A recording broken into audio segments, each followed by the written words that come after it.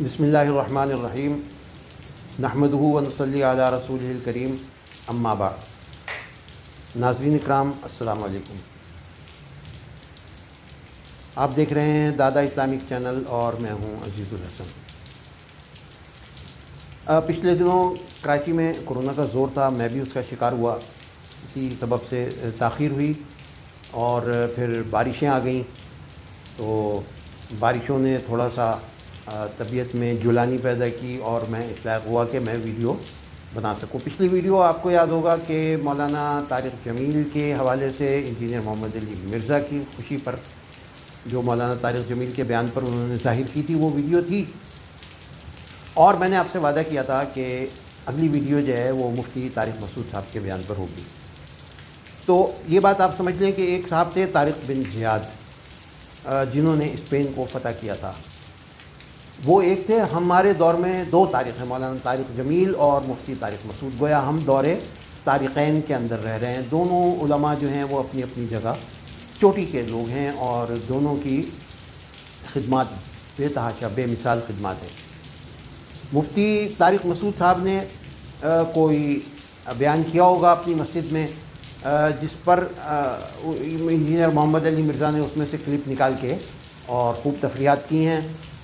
تو سب سے پہلے یہ 15 سیکنڈ کا ایک کلپ ہے، یہ آپ لحاظہ فرما لیجئے تاکہ آپ کو اس کے بارے میں تھوڑا سا میں بتا سکوں۔ وہ سارے واقعات جو ہم کہتے تھے کتاب و سنت کے منافی ہیں، تو اب ایک ایسی کتاب ہونی چاہیے جو سب لوگوں کے لیے قابل قبول ہو، اس سے تبلیغ کا کام اور زیادہ پھیل جائے گا۔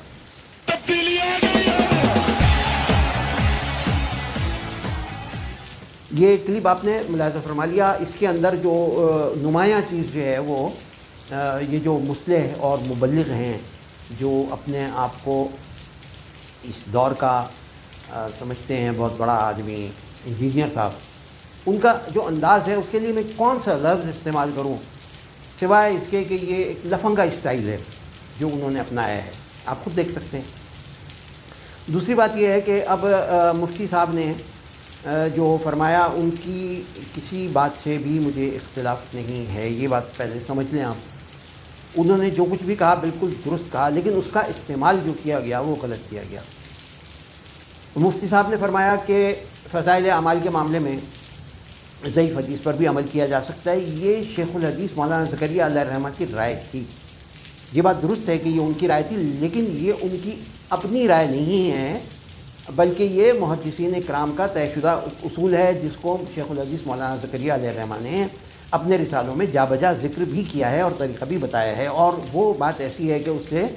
اس پر اجماع امت ہے، اس سے اختلاف نہیں ہو سکتا۔ تو مفتی صاحب کے یہ کہنے سے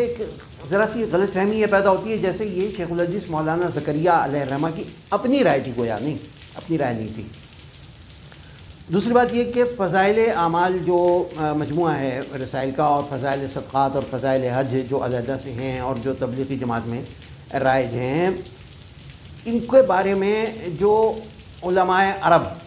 کی جو رائے ہے وہ علماء عرب کی رائے نہیں ہے بلکہ حکومتوں کا جبر ہے، اور ہمارے ہاں یہ ایک آزادانہ ایک روش ہے کہ یہ کتاب پڑھی جاتی ہے اور یہ کتاب لکھی گئی، تو اس کے اندر جو احادیث ہیں وہ ضعیف بھی ہیں اور مضبوط احادیث بھی ہیں، بخاری کی بھی ہیں، مسلم کی ہیں، سیاستہ کی ہیں۔ تو مفتی صاحب کا یہ فرمانا کہ اگر فضائل اعمال میں ضعیف حدیث کے بجائے صحیح حدیث لی جائے تو اور بھی اچھا ہو جائے گا، یہ بات اپنی جگہ درست ہے، لیکن وہ جو اصول ہے وہ بہرحال برقرار رہے گا۔ فضائل اعمال میں ان شرائط پر عمل کرتے ہوئے فضائل اعمال کی احادیث اگر ضعیف ہوں تو بھی اس میں کوئی قطعاً کچھ حرج نہیں ہے، اور انجینئر صاحب کا جو یہ خیال ہے کہ اس کو کتاب کو بدل کے اور اس کی جگہ دوسری کتاب لائی جائے، ایسی کوئی بات نہیں ہے۔ انشاءاللہ تعالیٰ یہ کتاب جو ہے فضائل اعمال یہ ایسے ہی رہے گی، ایسے ہی پڑھائی جاتی رہے گی، اور انشاءاللہ تعالیٰ یہ صفر سے شروع ہوا تھا اور کروڑوں لوگوں کو اس سے فائدہ ہوا، کروڑوں لوگوں کو۔ تو یہ کہنا کہ اس سے کوئی نقصان ہے یا کسی کو اس سے اختلاف ہے، تو اختلاف تو کرنے والے ہر چیز سے ہر کتاب سے اختلاف کر لیتے ہیں، اس کی کوئی ایسی اہمیت نہیں ہے۔ تو انشاءاللہ تعالیٰ جلد ہی اب یہ چونکہ 1 مہینہ ہو گیا ہے درمیان میں وقفہ آئے ہوئے، تو اب میں کوشش کروں گا کہ جلدی ویڈیوز اپلوڈ کر کے اس کمی کا ازالہ کیا جا سکے۔